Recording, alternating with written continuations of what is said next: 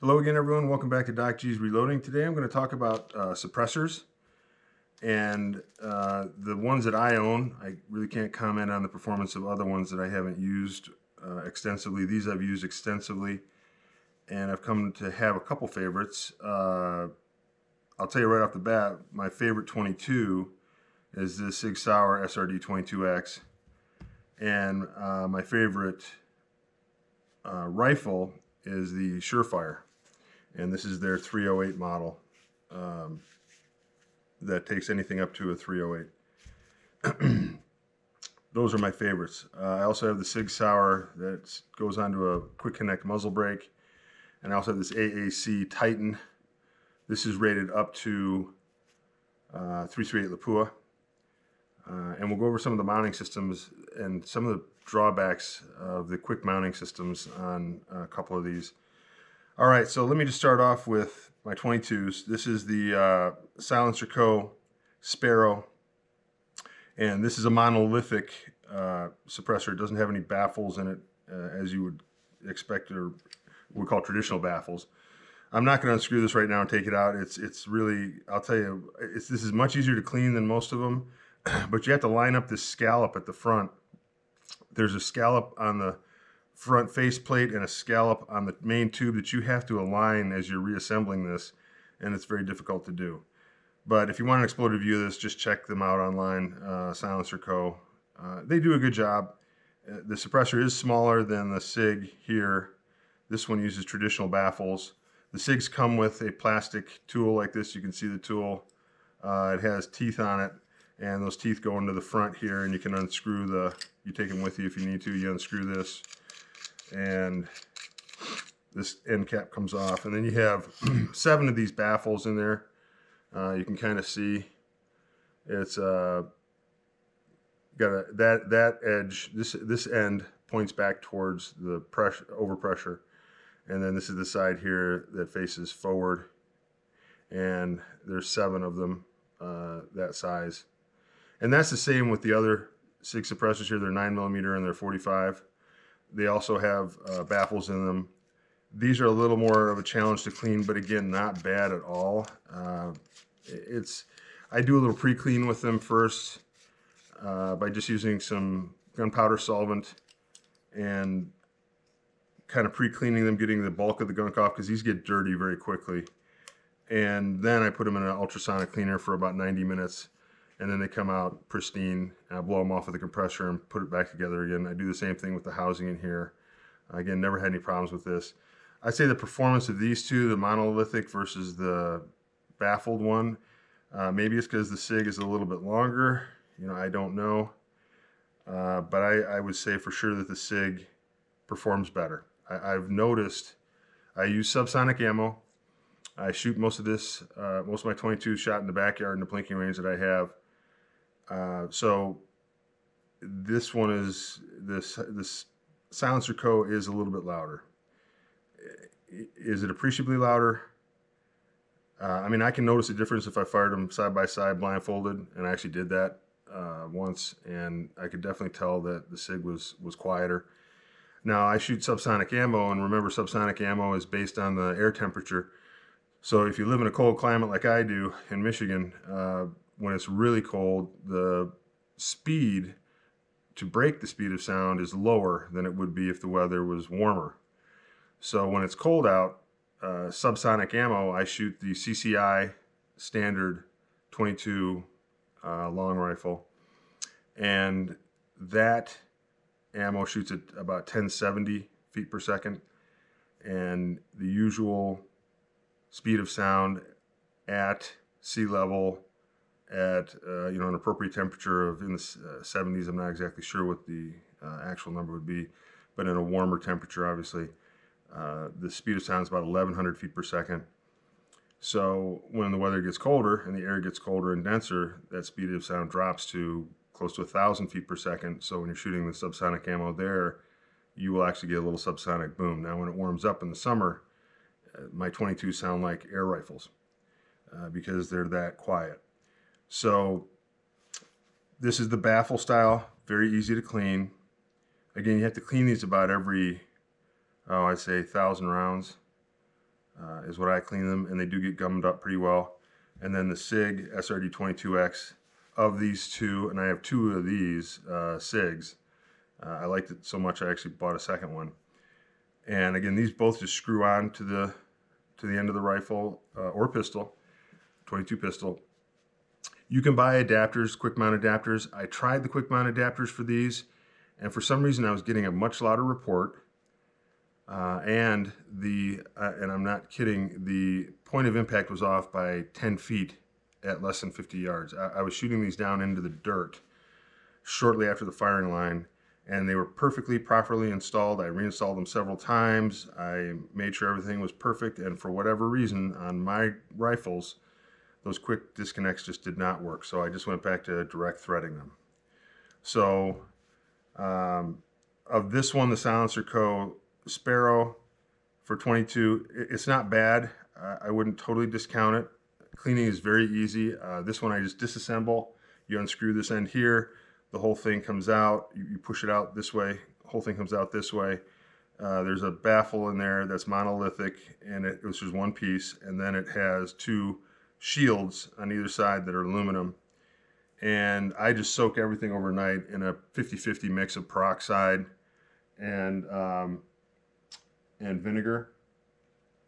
And doing that seems to work very, very well. And then I just need a little bit of scrubbing with a tough nylon brush to get off some stubborn areas, but that's it. Just soaking it overnight works great to clean this.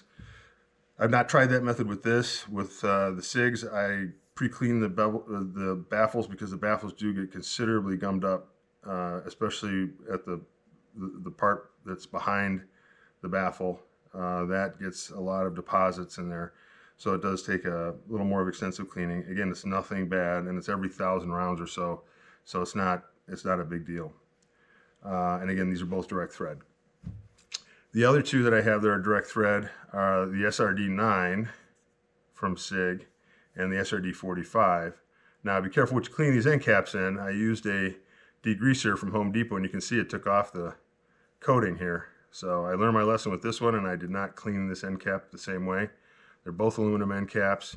They come with a bigger tool here, and again, you just put that bigger tool on there, give it a twist just to get it started. Again, these never need to be super, super tight. They just need to be snugged up.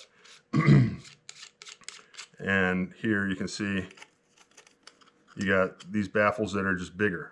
So you have a bigger baffle, and this one's a little dirty. I have not cleaned it yet, but again, these don't need to be cleaned that often. And I think there's 7 baffles in there as well. And then you just put this cap back on. And for the housings, I just take a brush that doesn't quite fit in there. It's a round cylindrical brush that's obviously bigger than the opening, and I just shove it all the way in there, have it come out the other end.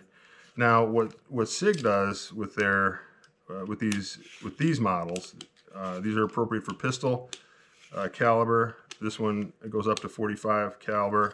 This one up to 9. This one can be used for 9 PPC. What I do like about them is you unscrew this back here, and this is how you change your piston. And there's a spring back here that is what, I'll show you what that does in a minute. But this is how you change out the piston. So this piston goes in there. This is your piston. This is what has the threading on it. So if you want to change to a different firearm, you just pop this out, go into your little tool case here. I have a tool case where I carry them all around, grab your other piston, and slide that piston in. So it goes piston, spring, and then end cap, and then you just screw it in. Now what I find innovative about these SIGs, and what I like about them, is that with these 22s, when they're both screwed on the rifle, they're extremely accurate and have no change in point of impact. Both my 22s are tack drivers with those suppressors on. Now with this here, it's a direct thread. This is a right-hand thread for a 45. And what I like about this is if you're out shooting at the range and your point of impact is off, then all you have to do is pull and twist, and it'll snap back into place.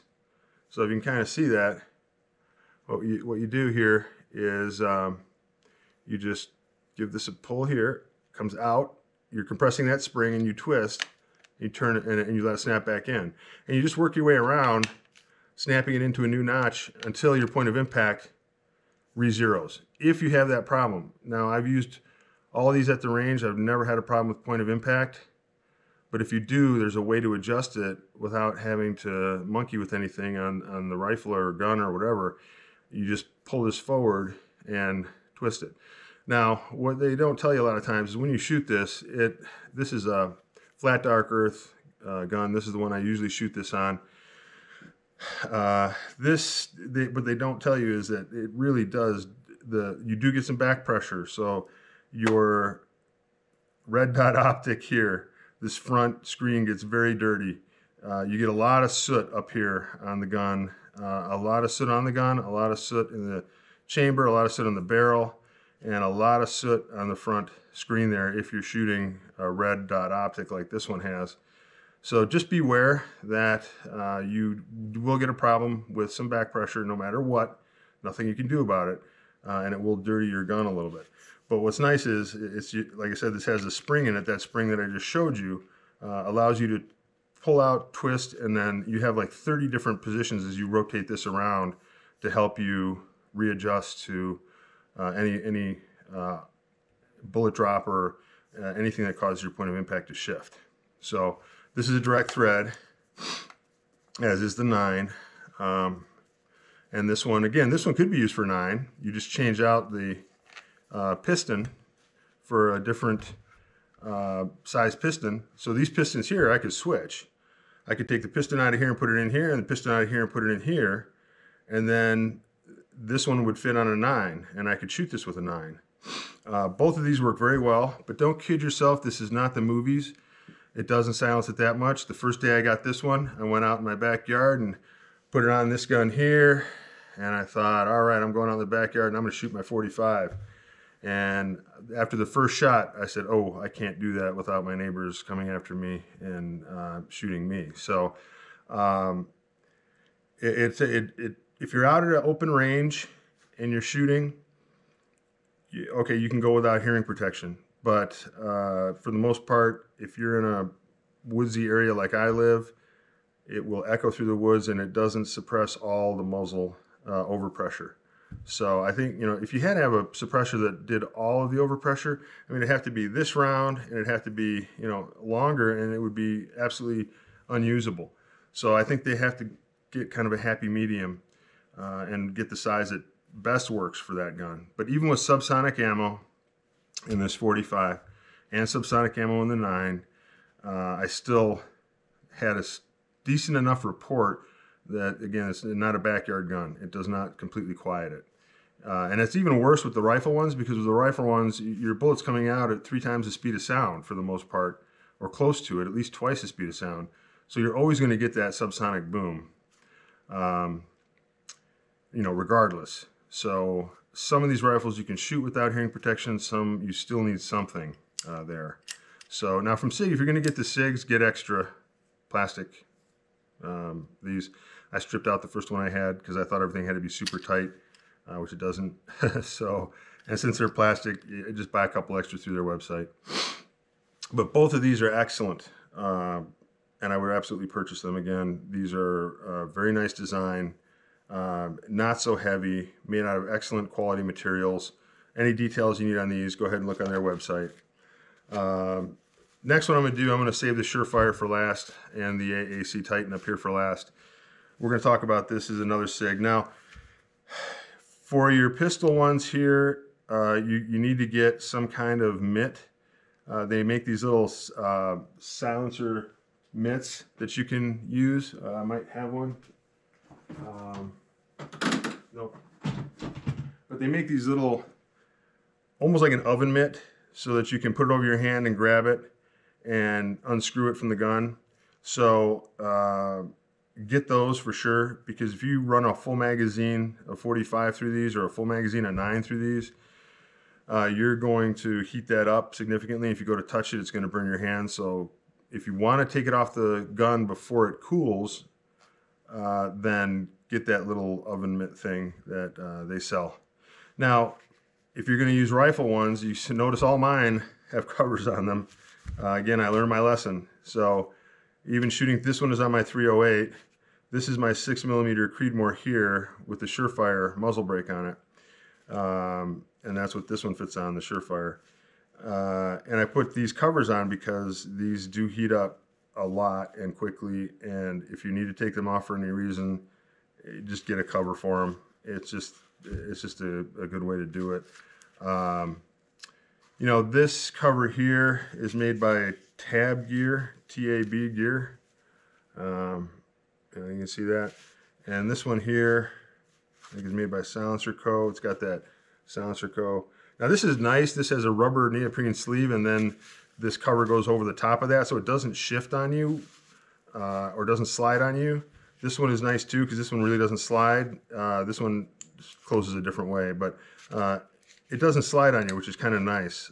This one, I think, unfortunately, was from Armageddon Gear, and this one does slide when you go to take it off, and it's kind of it's very difficult to get it on there super tight, just with these strings here. But you can certainly find a brand that fits, and absolutely get the covers for them. So you're going to need, now 22s, you don't need, those cool off pretty quickly, but these, just be careful and use the oven mitt style to get those off. Anyone with a rifle on them, I'd put a cover on them. It just makes life a lot easier. All right, so for the SIG here, now this is their 7.62 SIG. This is their titanium version, so it is lighter, it is nicer. I will give them that. It's a really nice suppressor. Works wonderfully. Beautiful design. Everything is fantastic about it, except for the muzzle brake. I mean, this is a muzzle brake? Really? You're telling me that's a muzzle brake? Now, SureFire makes a muzzle brake, and that's this one here. We're going to talk about that one. And then this AAC Titan here also has a muzzle brake style on the front of it, and we're going to talk about that one as well. These are all quick disconnects. Yeah, this one is from Armageddon, and I'm not super happy with that cover. It just slides too much on the suppressor. No matter how tight you try to pull that, it just doesn't. And the same thing with this one here. I mean, you can kind of see this. I'm not going to move it up close, but you can see that that's not a muzzle brake. It's just one chamber, and this one from SIG is even worse. That's not going to break anything. So, and then now SureFire is the only one I feel that has it right. They have two nice chambers up here. They have vents on the top and the two chambers on the side. This is the only one from SureFire that where the muzzle brake is well thought out, and that's why I like the SureFire, I think, the best. You know, sometimes you want to shoot without a suppressor on, and this gives you almost a regular traditional full-size muzzle brake. This does not. Now, the only nice thing about this one is it's two pieces, and it comes with really good instructions. It comes with Loctite, and it comes with this little ring. You can see that little ring in there. Now, that's a compression ring. So what's nice about, the only nice thing about the SIG is that this screws on, and you just use this thread lock on there, and you just tighten it onto the barrel nice and tight, put your barrel in a barrel vise, tighten it on nice and tight, snug, not gorilla tight, but snug. Then what you do is you take this crush washer and you put that crush washer in here, and then you take this end and you screw this on until it starts to tighten, and then when you feel it tighten, you just go far enough to get it snug and have your muzzle brake facing in the right direction so that it's not facing, you know, vertical. You don't want it facing vertical.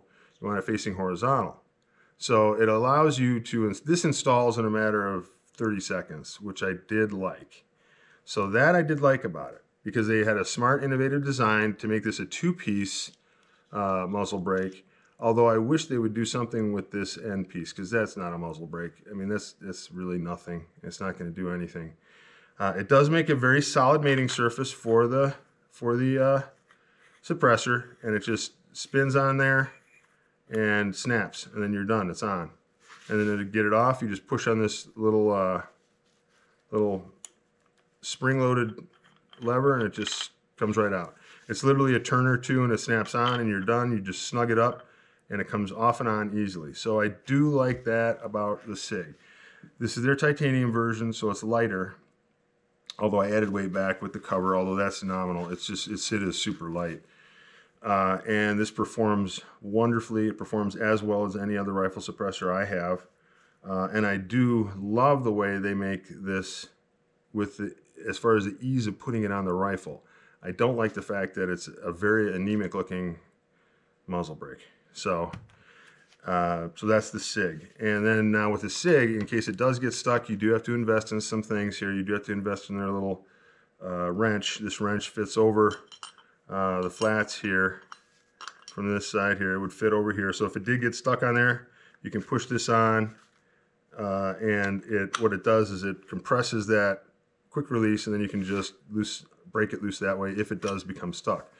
Now, as you can see, here's what I carry with me all the time when I go to the range with my suppressors. I have all of these different spacers and different pistons, every threading possible for those pistons for the SIGs, and then extra accessories and extra this wrench from SIG, and then extra these. So I always take that with me to the range in case I need to make changes or something happens. So that's always a good idea. So that's their SIG 762 titanium model. The only thing is I always install muzzle brakes. I don't care about hiding flash. So I put the muzzle brakes on, and again, this is probably, although the ease of installation is great, it's the weakest looking thing I've ever seen. So as far as a muzzle brake goes. Let's do the SureFire one here. Now this one's mounted on my my 6mm Creedmoor. And as you can see, they do a really good job with this muzzle brake.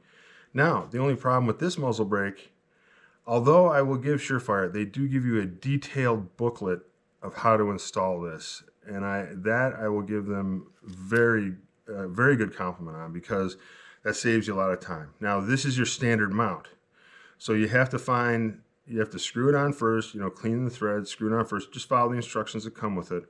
And then you have about 30 different thicknesses of washers here. Then you have to take those washers out, find out the right combination of them, and the booklet does help you out some with that, for sure, so that when you tighten it down and it's snug, your muzzle brake ports are perfectly parallel to the ground and not vertical. So that took a little more time. This took more like a half an hour to install, at least. But once it's installed, it's done, you're on and finished. And then if you want to, just keep track of which combination you used here, and then if you ever need to reinstall one and put new washers on, you'll know what combination of washers to use. And it does go on with thread lock. And other than that, it went on very easily from that standpoint. Just getting the right combination of washers was kind of a pain in the neck. But this SureFire one is fantastic. I mean, it is, smaller, yet works just as good. This is rated up to 300 Win Mag. It's a fantastic suppressor and super easy. What I like about it is there's a little notch in the bottom here. You align that notch in the bottom with the notch on there. You put that on there until it doesn't turn. And then you just twist this collar, and you can hear it ratchet. And that's it. It's on, it's perfect, and you're done.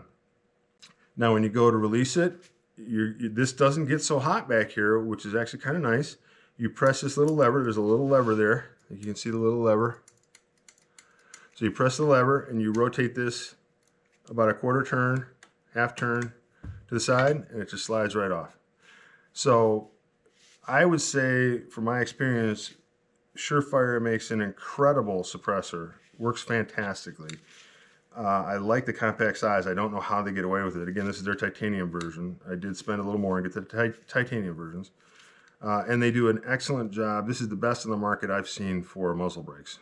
Because when I take this off at the range and I want to shoot, regular with the muzzle brake benefit, or the benefit of a muzzle brake to help with accuracy, although I don't know that it matters that much, I can do it quickly and easily. So again, there's a little notch in the bottom there. I don't know if you can see the notch in the bottom there. There's a little notch right there at the bottom. See the notch there? Yep. So take that notch right there, and that notch goes to the bottom, the 6 o'clock position. You slide it on, and then you just give it a little twist until you kind of feel it step back onto it. So you can't do it like that. You just twist and you'll feel it just kind of push back like that, and then ratchet that down and you're done. And this is a true quick disconnect and a very nice suppressor. And I love how small that is. Granted, it's not up to 338 Lapua. This is the AAC Titan, and this one is rated out to 338 Lapua. So this one is going to be bigger, obviously. But again, I think SureFire does a great job. I would absolutely purchase another SureFire in the future, especially for rifle. So that's the SureFire. And then last but not least here, we have our AAC Titan. And this, again, this is a muzzle brake. Again, I think I don't know why they can't make a regular muzzle brake and then build a suppressor around that. But anyway, this is a quick disconnect as well. This one has a little, there you can see it's got a little spring-loaded latch on it, and that will ratchet on here. So there's a ratcheting piece right here on the back. This is like it feels like a gear, a very fine-tooth gear on the back here. Then you have your little threads there. Now this one unfortunately goes on the same way that the SureFire does. You have to, again, follow the instructions to the letter. Unfortunately, they do not give you as good of a instruction manual as the SureFire does.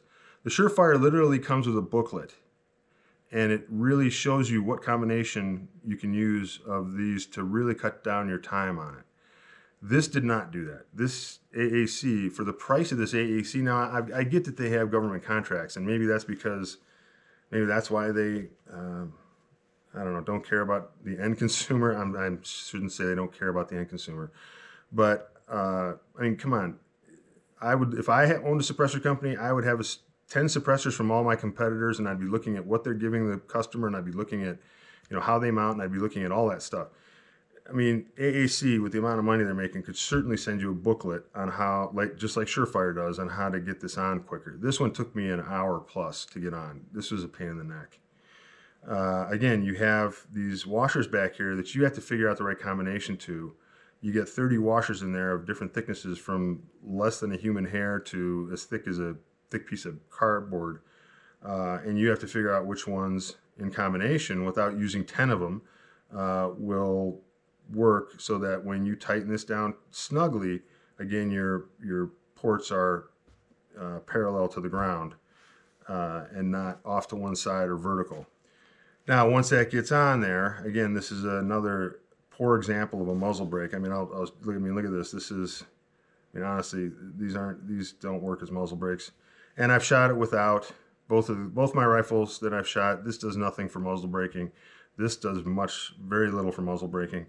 So it's really just, as long as you're fine with it not being a muzzle brake, then, and if you want a flash hider, that's a whole different story. I can't comment on that. But if you don't care about whether or not it's really a muzzle brake, and just understand that this is a quick connect for a suppressor, and that's all it really is, then you'll be fine. Now this one here, you slide on. It doesn't matter how you slide it on. You just slide it on, you twist it, and then you'll hear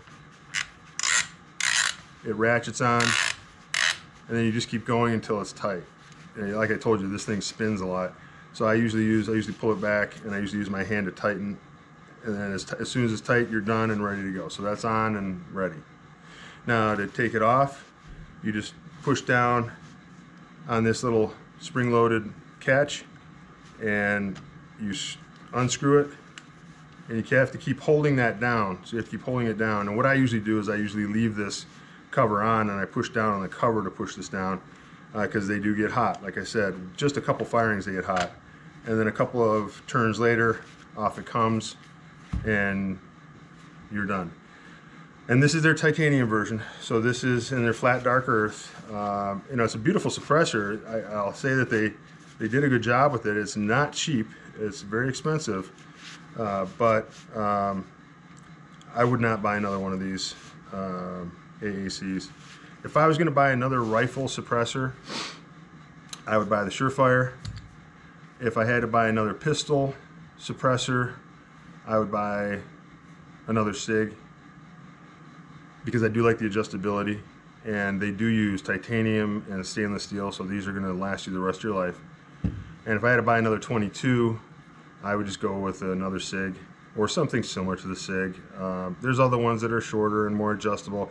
I can't comment on the adjustability of the new suppressors that are out there.